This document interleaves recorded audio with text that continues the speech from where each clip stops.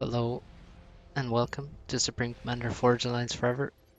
This is a 1v1 ladder POV of myself playing against Patchy, who is Turin. And he's gone UEF, and I have this Cybran. I always play random on ladder. When I started, I think about the first 600 ladder games were Cybran only. And back when Cybran was for sure the most popular ladder faction. It may still be. Oh, here we can see the opening build order, which includes talking to your opponent to make sure he is not doing anything like a lot of manual reclaim or something. Very important part of the build order. So I actually went for the mexes first here after the factory, then built P-gens because you only get 2 mexes next to your ACU. So I actually built the mexes before making P-gens, which you almost never do, but the beauty of Subcom is that you can do 10,000 different things with the opening build orders, depending on the map and the resources. So I think it's fine to make mexes after the factories and then go for P-gens. Seem to work here anyway. Obviously, if you have 4 mexes, then next to your ACU, you do not want to make mexes before P-gens.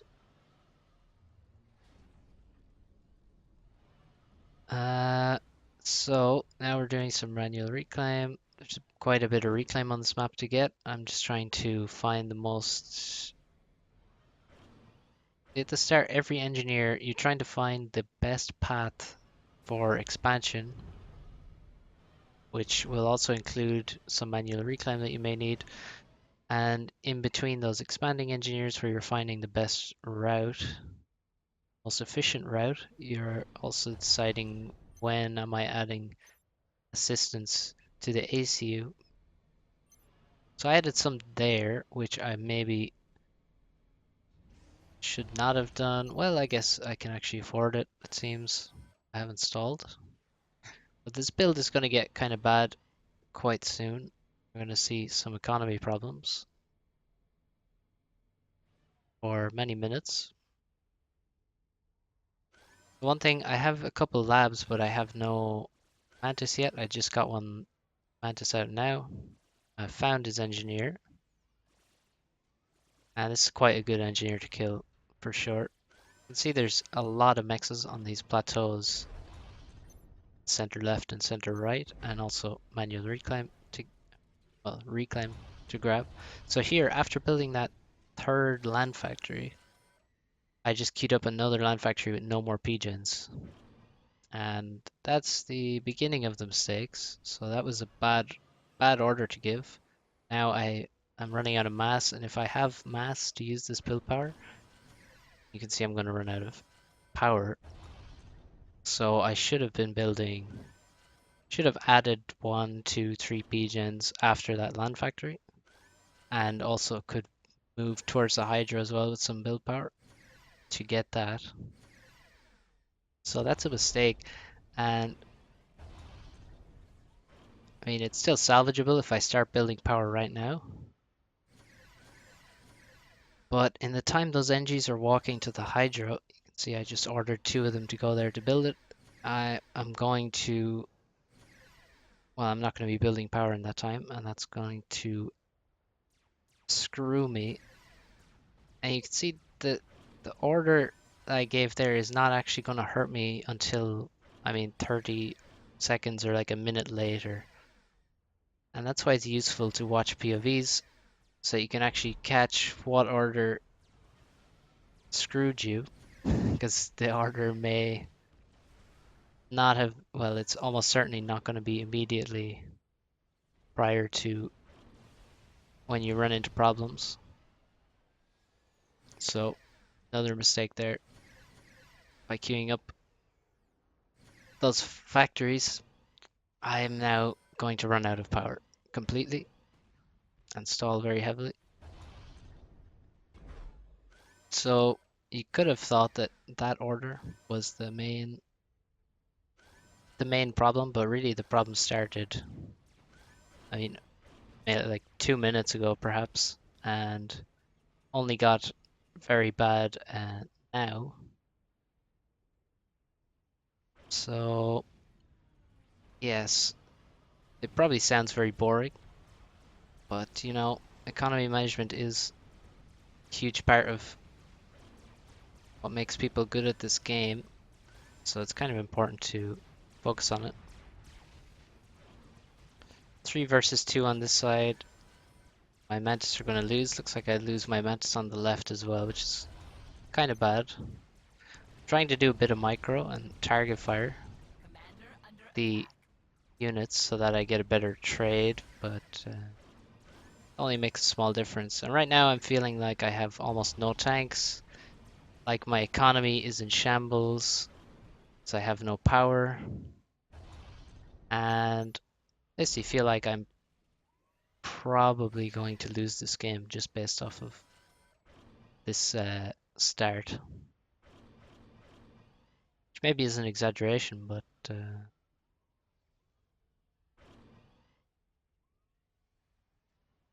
can often be the case that a bad start will cost you the game eventually, even if it takes 20 minutes for the advantage to build up enough that the game ends.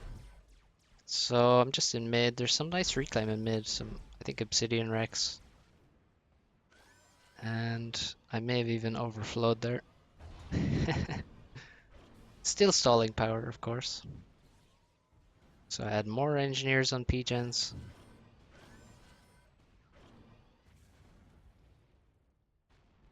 Oh, look at that mass bar. Power bar. Amazing. Oh my god. It's hideous. It's so bad. So why am I even showing you this game? Well, it gets a bit more interesting. And I think it's interesting when you can see games where play is obviously not ideal, but can still make it work. Can try and limit the damage you do to yourself. So I'm gonna go for T2 land. I feel like he's not doing much of anything, so I'm slightly worried in mid. That's why I built the PD, because I didn't have vision, didn't have an engineer to build radar, so I thought I'll just build a PD then. That's safe. Don't really want to die to some random push with all his spam in mid. But I don't see many units on the left or the right, so I decided to go T2 land because he's probably doing T2 land because he's UEF. He's also not using air, even though I've had to have my air paused for a very long time and he hasn't taken advantage of that, which is great for me. So I'm just gonna make some eco and just play for a later time.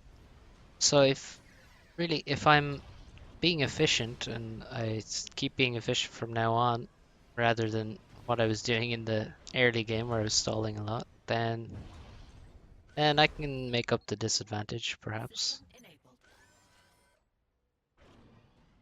The longer the game goes on, the more of the disadvantage I can make up. Especially if I'm diligently reclaiming like there. Those civ buildings, P-gens, they all help. I'm making stealth of my ACU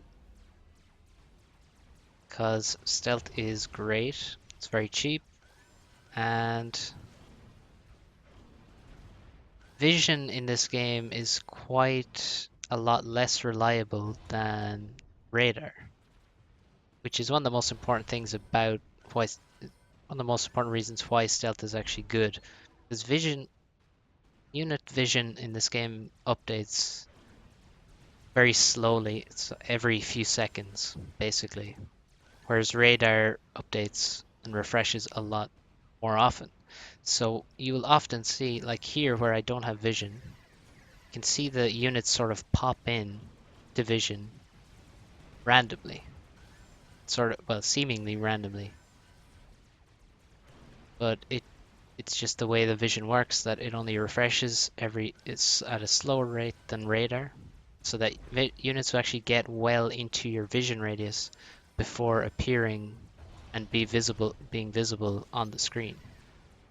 So that's actually why stealth is useful, because vision is not as reliable as radar. That's why so many units actually have radar built into them, and why radar is a huge part of the game, because they kind of fucked vision a bit. It's not reliable at all. So Patchy did set in his air there, and one air convincingly. I'm not super worried. I mean, he has a few inties. I can sort of get back into that without too much problem. Just have to see what he's going to do. He did a little drop on the plateau, which was good for him, but didn't do too much damage. I was able to defend it. And yes, not much is happening. It's just sort of small skirmishes back and forth. And so then I'm focusing on trying to get my economy good and try get the gun on my ACU. I could pause an air factory or two here.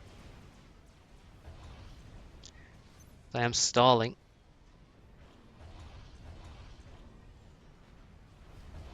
Trying to get my T2P gen up while making the gun. Classic mistake that of course I would call out anyone I was casting. Of course, it's all just projection for my own mistakes. So after I make the T2P gen, I'm gonna have the gun. And that's gonna be very helpful in mid. In case he wants to do anything. I mean, Stealth Gun Commander by Cybern shouldn't be underestimated. But I'm against the UEF, has the powerful commander upgrades like shield and nano, and that's obviously something I have to worry about. I'm just going to go T3 land, stick to the basics, and this game I was quite chill, quite relaxed. I'm not spamming lots of orders everywhere. I don't think I am. The main focus is just to micro the units when they're actually in combat. Make sure you don't waste units. So here on the, I got some good fights. Like on the left, I killed his T1 army. On the right, I just killed a little group. Gonna clean up the mess on the right there and try to get those mexes. So staying relaxed, not panicking, not worrying about how far behind you might be is a good idea. I mean, I know a lot of players say after the start I had where I was stalling badly, a lot of players would just be probably already annoyed with themselves that they've even had such bad economy management, but you just chill and don't think you've already lost the game because you make some small error. I mean, you can make some big errors and still win games on FAF, so don't be too worried. If you make a mistake, don't let it affect your gameplay too much. So this is slightly dangerous to be moving up with my ACU, so I'm going to keep a close eye on him. And we're going to send some scouts in now. I should have sent the scouts before this, but better late than never. Making some engineers to continue reclaiming, natural reclaim on the plateau. I should kill this T2 radar on his plateau. That would be good. So now I see there that he was upgrading. See firebase. I can't do anything about that firebase. Not interested in doing anything about it either. You know, I could do some push with Vipers but honestly, Why would I do that? There's no reason to. It would take so long just to get the Vipers there. I'm making T3 land now anyway. I can just attack elsewhere with my Loyalists, my faster units. And now I feel kind of fine in the game. And I don't think he has T3 land yet. And he hasn't really done anything with his T2 land, so I'm feeling fine. He has these MMLs on the plateau. It took me a little while to spot what he had done. But he had made MMLs up there. And they're killing mexes. And it's quite annoying. And they're quite annoying to kill as well. I try making MMLs, you'll see how they do shortly. So what to do? Diversify the options that we have. Feel like I haven't seen any air from him. We're gonna go T2 air, make Corsairs because we're Cybering. Make sure we increase our power production because we have mass in the bank, so if we want to spend it, we're gonna need some more power. So you really should aim to get these weapons as Cybering. Don't just be content with, oh, I have T3 land, I have that advantage. Well, get another one. Give yourself options. Drops are always powerful. And Corsairs can be very powerful, especially if you are going up against a UEF player who will want to use his commander. T2 air is always going to help you provide a deterrent against his attacks. So on the right, I was trying to get a T2 PD up there, but that was a mistake. Should make a T1 PD maybe, and then a T2, or assist the engineer with Mantis, but I didn't do that, and now they're going to run over that position and do some nice raiding, which is unfortunate. But I mean, that's about the limit of what he's achieved with T2 land so far, and that was mostly T1 land he did it with. So that you can see my MMLs there on the left are just hitting the cliff edge. They don't have the trajectory to actually hit the MMLs they're firing down at them. It's quite annoying. So now we have a bit of an attack. This commander has been upgrading. And I think the main thing here is don't waste your army. Don't waste units. The commander is what's most dangerous in the army. So the army is really there mostly to give the commander something to retreat to. You want to keep your army actually just behind the ACU basically. So allow the ACU to retreat back to its units. Don't let the other enemy ACU take out your protection, your bodyguards, because the overcharge is what's going to do the damage. So now I'm pausing the most power tested things in my base so that I can overcharge, because I'm getting a bit panicky here, losing a lot of HP. I have some loyalists in my army with the ACU, which provide a pretty nice deterrent. They're going to stop any units that get forward, just get basically obliterated by the loyalists, and I just have to make sure the loyalists don't get overcharged. So he's losing quite a few units here, and now I didn't notice this at the time, but my ACU is shooting the hill on the left. Probably should have mentioned I'm making T2 Navy. So I don't think I've seen anyone make T2 Navy on this map, so I thought it would be a nice surprise. He's not going to expect it. I didn't make it, didn't probably do the correct unit choice with my Navy, but we'll see how it does. So now I'm just holding off his push. He has no T3 units with him, and I think that was just I just defended it well. He had some units, but I was just able to continually kite back, save my own units, even if it was just a few Mantis and some Loyalists.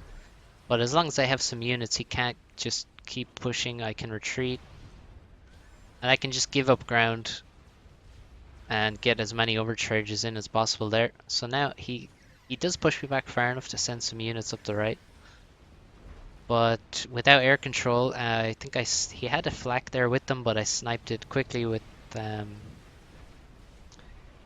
Corsairs, and then I can kill the rest of the army quickly enough, and then I just have to make sure I rebuild the mexes as fast as possible, and then it should be fine, and I'll get some reclaim back as well. He did leave a fair bit of reclaim.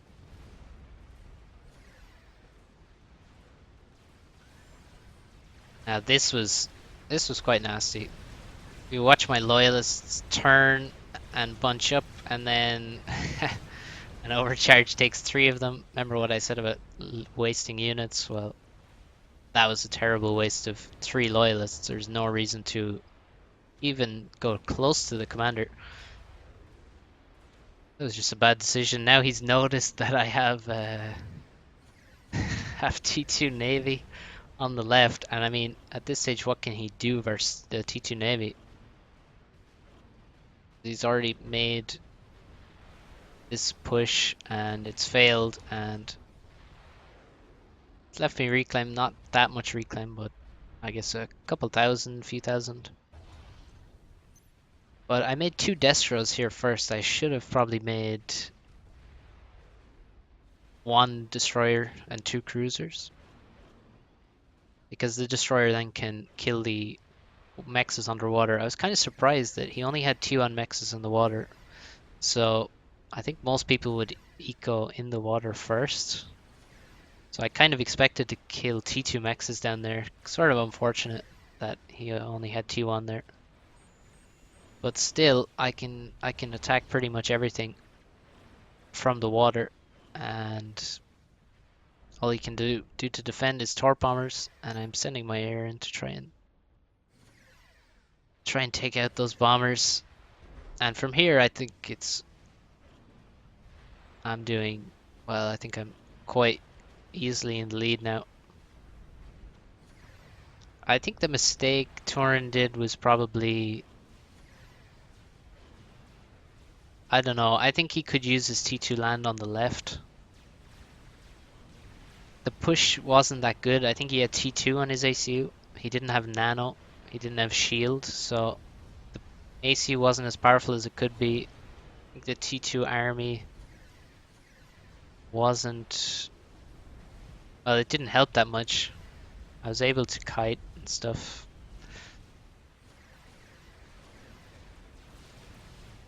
And he just didn't seem to ever really fight for air. I didn't put a huge emphasis on my inti production, and I still managed to have air pretty comfortably. I was just making Corsairs out of that T2 factory the whole time. And also, I just kept my army alive versus his ACU. So I don't know how much vet he has. He probably has a bit, but probably not full vet. And yeah, you can see that just can't defend versus the destroyer. So all I have to do is not die here, basically. So just spamming T1 PD with anything that can build, spamming T2 PD as well. And we're going to bring back the Corsairs, because finally he has no parashields and flak with his army.